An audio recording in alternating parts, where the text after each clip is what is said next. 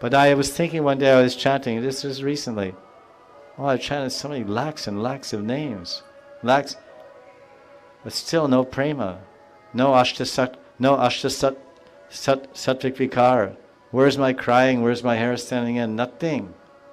My heart is like a rock. Not a rock, that you can break a rock. With another rock you can break one rock, but my heart is like steel, loha. Loha riddhi. Nothing's happening. I have no good qualities. I have no bhav, I have no feelings, I have no sensitivity. I have no appreciation. I'm like an animal. But then I was thinking, well, wait a minute. How many rounds have I chanted? Okay, I chanted 500 lakhs. But how many births have I taken? I can't count.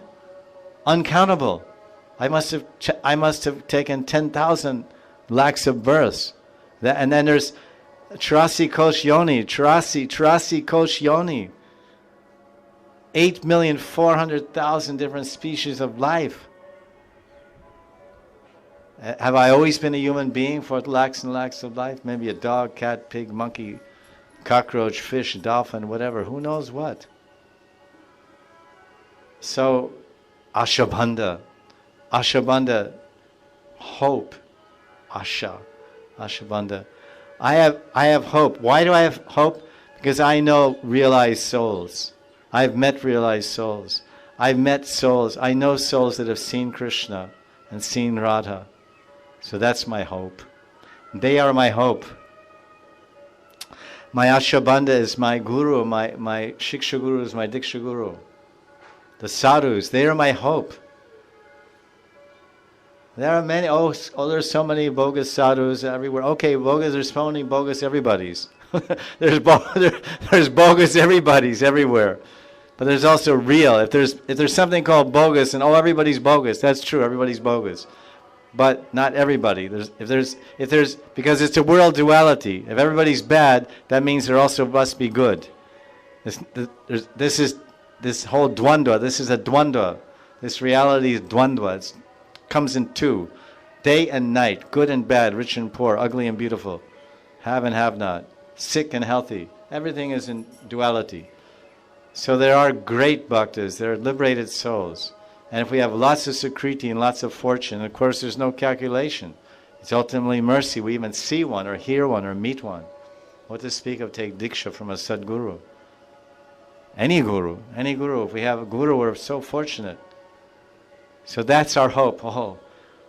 I just think, how many people on this planet even have a guru? And you might say, my guru, he's not sitting on top of Mor Kutir. He's not in the middle of Nidhiban and chanting, ecstatic. No, who knows? Who can measure guru? Because guru is only the medium. He's the medium for the mercy of Radha and Krishna. So there's the guru. Any magnifying glass can create fire. You take a magnifying glass and you go out in the sunshine with a magnifying glass and you hold it there long enough with some dry leaves or paper, then that paper will start on fire. So every guru is a magnifying glass. Whether he's this small, you say, he's a small guru, which is an offense to begin with. There's no such thing. Guru is guru. Whether he's a small magnifying glass or a big magnifying glass. My friends in Jagannath Puri, they do yagya. So since hundreds of years, they used to start fire with mantra, but now they use magnifying glass.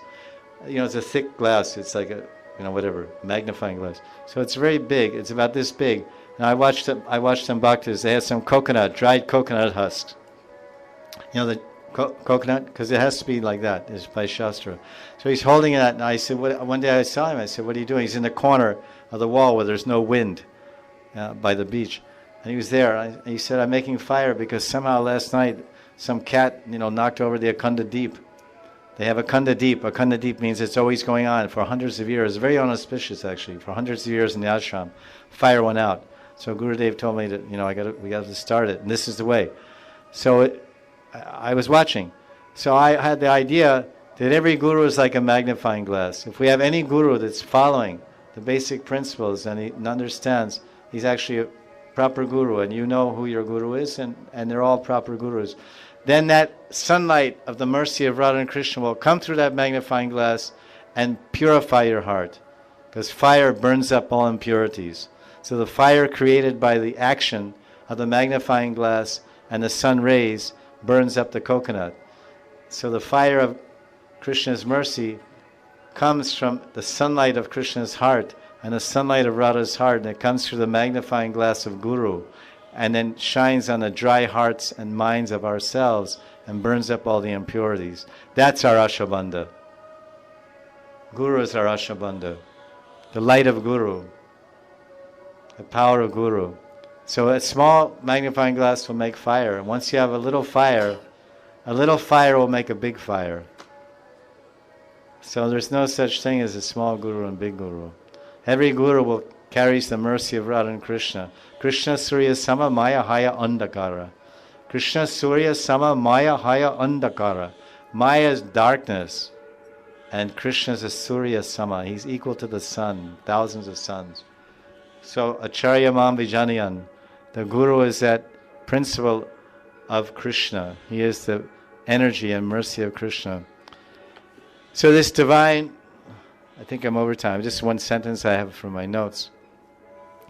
This Divya Nidhi Radha, this divine jewel of loving playfulness, is a stream of nectar, Sudha Rasogam.